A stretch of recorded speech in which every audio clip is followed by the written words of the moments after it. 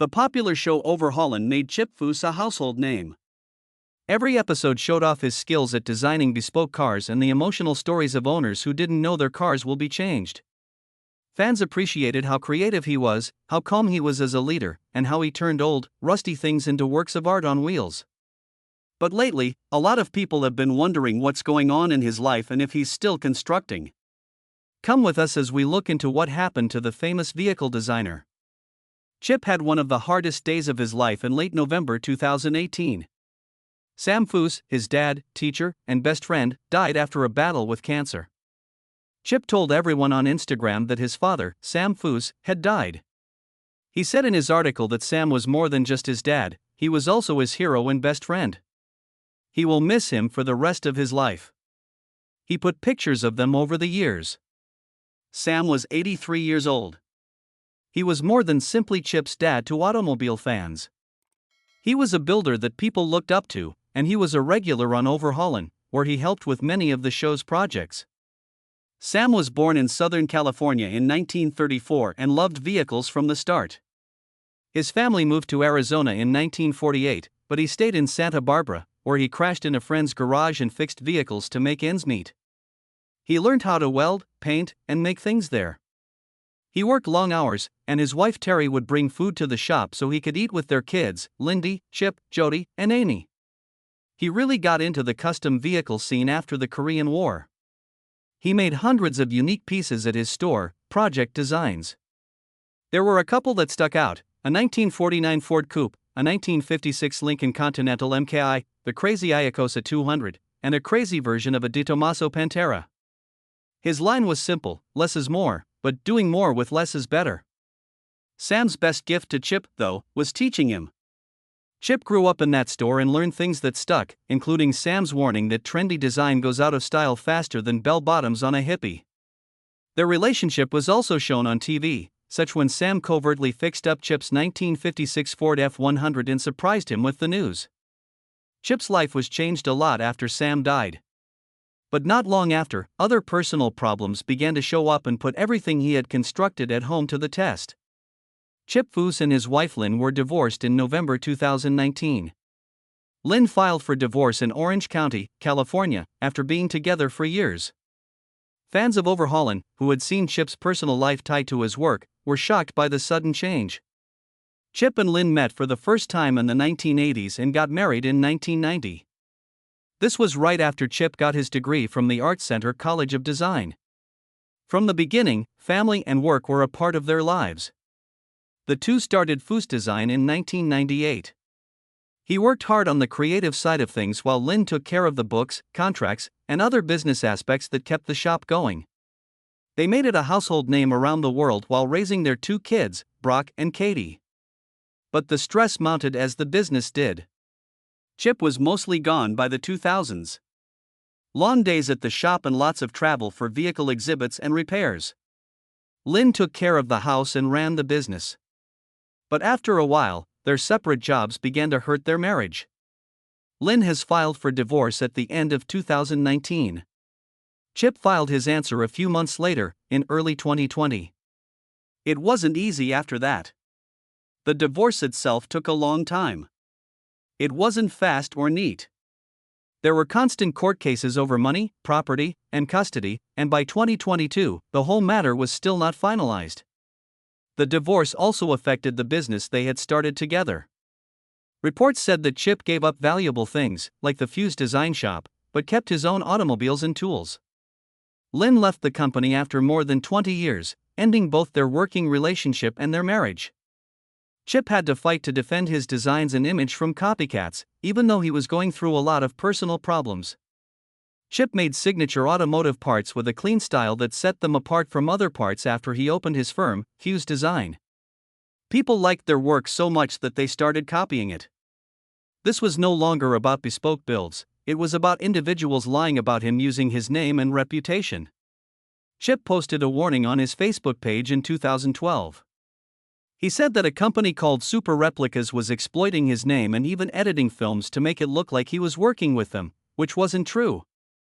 Chip made it plain that he and Foose Design have nothing to do with Super Replicas or any of the names they use. For a while, fans thought everything was over. In 2016, though, Chip had to post the same thing on his official blog again. The issue was still going on.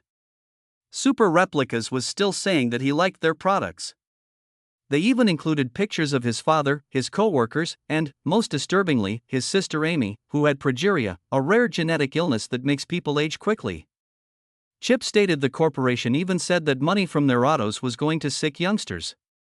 That was hard for him and his family to hear. He also told me about a guy named Rither Sanchez who stole a video from a public event in Panama and edited it to make it look like Chip had met with Super Replicas for business. The truth was easier. Chip had gone to Panama for his sponsor, BASF Automotive Paints, and Sanchez had just waited in line with the other supporters. Sanchez later changed the tape to make up a fake story. Chip gave a clear warning, though. He encouraged his admirers not to accept what they heard. There was no secret arrangement, no footage that wasn't shown, and no cooperation. He told everyone that the only actual changes would always come from Foose' design, his website, or his verified pages.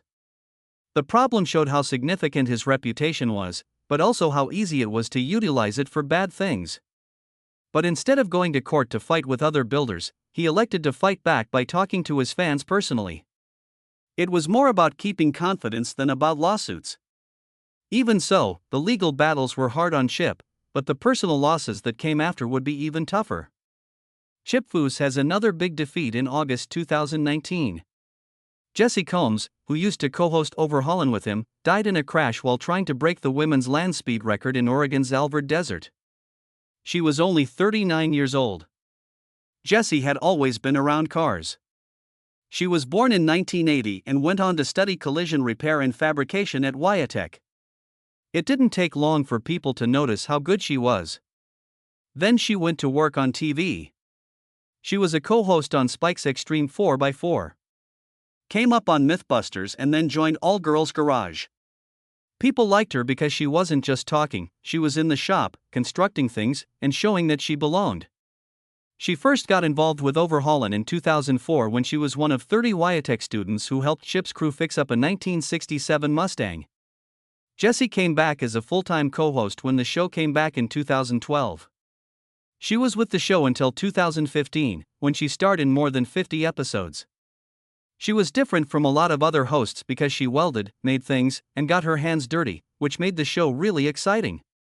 She was driving a jet-powered automobile at more than 500 miles per hour on August 27, 2019, when the front wheel broke. She died in the crash. Guinness made it official a year later. She ran at a speed of 522.783 miles per hour, making her the quickest woman ever to drive a car. The loss hurt the car industry heavily. Racers, builders, and spectators all paid their respects. Discovery, the network that made Overhaulin, established a tribute gallery and later made a documentary called The Fastest Woman on Earth that revealed her record attempts and the risks she went to get them. Chip had a personal stake in it. He had worked with Jessie on Overhaulin for a few years. Chip uploaded pictures and wrote a few words about her online after she died. He said Jessie was a lively partner who put her all into every build. It was considerably worse because of when she died. Chip was already going through a terrible divorce, and losing Jessie on top of that felt like too much for him to handle, especially because they had a bond on Overhaulin. Overhaulin altered automobile TV when it first aired on TLC in 2004. Overhaulin was different from other shows since it merged heartwarming pranks with amazing creations. It was a simple idea. Tell the owners that their automobile was gone, then show them that Chip Foose and his team had surreptitiously fixed it up. Chip and his co-hosts Chris Jacobs and Adrian A.J. Janik turned old, rusty things into works of art. The show was on till 2008, then it came back on Velocity, now Motor Trend, from 2012 to 2015. Fans observed not just the construction but also the emotions of families and veterans seeing their automobiles come back to life in more than 100 episodes. The show was discontinued in November 2015 after being on and off the air for 11 years. The costs had gotten too high. It took a week of non-stop work and hard nights to finish each structure. It was a lot of work, but sponsors like MagnaFlow and teams of fabricators assisted.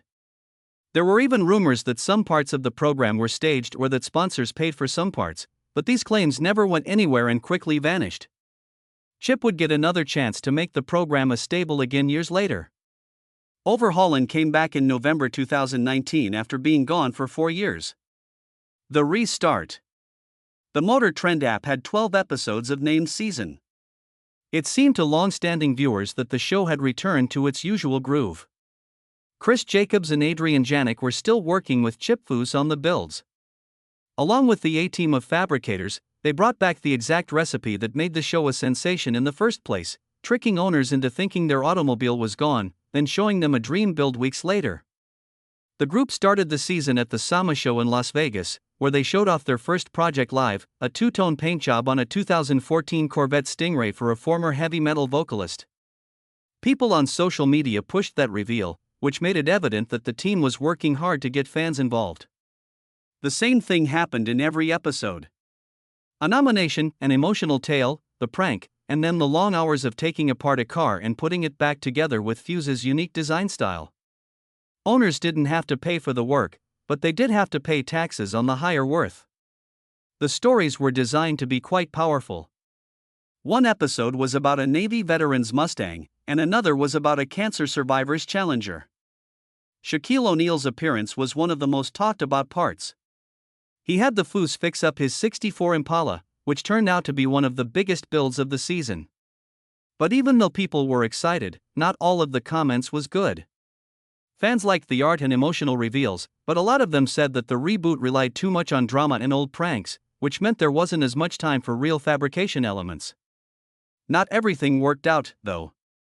Later, some owners complained about difficulties with their cars, like engines getting too hot and parts that seemed like they were chosen more for sponsors than for quality. Some people who saw such kinds of stories started to doubt the quality of the rebuilds that Chip and his team did. The season ended in July 2020, and the show went quiet again. COVID also made it take longer to make things, raised the expense of doing things, and made the show seem like it was always the same. The major problem, though, was that fewer people were watching. What was supposed to be a great resurgence of streaming only lasted one season. But even before the revival of Overhaul aired on Motor Trend, Foose's influence on the industry was already being recognized. Chip Foose won the first ever Builder of the Decade award at the 2019 Grand National Roadster Show in Pomona, California. For a lot of people in the car sector, it wasn't a surprise. The Grand National Roadster Show, which is called the granddaddy of them all, started in 1950. And is most famous for the America's Most Beautiful Roadster trophy. At its 70th annual event, the organizers gave out a new award that looked back at the last 10 years of manufacturing bespoke cars. They chose Fuse. It was easy to choose because of his record. He had already won the AMBR several times and the Riddler Award in Detroit. His TV show, his design work, and the things he made in his Huntington Beach shop had a big impact on hot rodding in the 2000s. The show brought together 12 of his most famous cars, including Impression and Grandmaster. This was the biggest display of Fuse builds ever. Fuse accepted the prize on January 27, 2019, and thanked his family and staff. There was some disagreement about whether one guy should earn the credit, but most people agreed with his name to identify the decade. He is still the only builder of the decade, and he has been laboring to pass the tradition on to his son. Chip is now doing for his son Brock what Sam once did for him. Chip's father taught him things in his garage, and now same lessons are being passed on in the same way. The projects they do together show how close they are. In 2019, he was on Overhaulin and added leather accents to a bespoke build. He made a tiny donation, but it showed that he was getting more comfortable in the store. That trust had matured into full cooperation by 2023.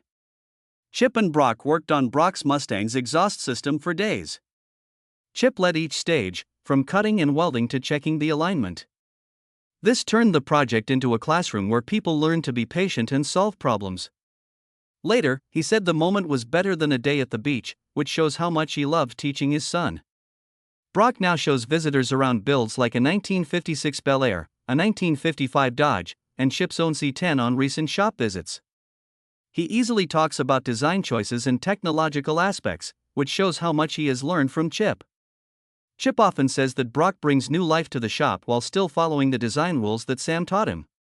They also give out awards together, such the Sam Foose Memorial Design Award, which brings together 3 generations in one time. Chip's job as a mentor to Brock is much more than just teaching him skills. It's about putting a philosophy into action.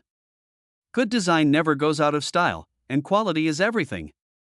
Chip is not only teaching his son how to construct vehicles through these projects, he is also showing him how to carry on the Foose legacy. Chip doesn't have to meet TV deadlines anymore. He is back to where he started, working on vehicles in the shop. There are a lot of projects in different stages on the floor at Foose Design in Huntington Beach. He has been working on a 1962 Corvette that just got painted, a 1956 Lincoln Continental with a new blueprint engine, and a 1949 Cadillac that is being completely rebuilt. There is also work being done on a '33 Ford sedan. Brock, his son, has started sharing more of what goes on behind the scenes, so fans often get to see updates. Chip still finds time to go out in public. Chip was at SEMA 2025 with Real Truck working on a modified F-150. He spent time on the floor teaching folks what he was doing. He flew to Toronto for the Motorama Expo a few while ago. He sat there with fans, drawing vehicles and addressing any queries they had. It felt the same for anyone who grew up looking over Holland. Chip was still designing and building, and not much had changed. He is now more involved in mentoring. Chip is a part of SEMA's Young Guns program, where young builders compete and learn from older builders. He also joined the RPM Apprentice program in 2025, which lets students learn how to restore things firsthand. People who have worked with him remark that he takes his time with them and never makes them feel rushed. He has also continued to do philanthropic work.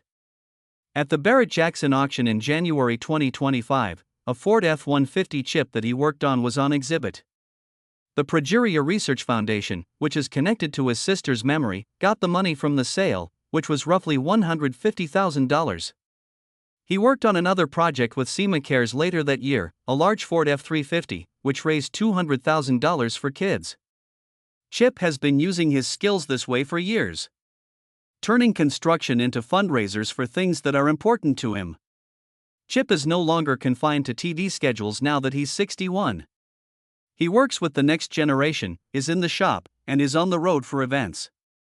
Fans are still wondering if Overhaulin would come back, but he doesn't seem to be in a hurry. He seems more interested in having a steady job, teaching, and spending time with his family.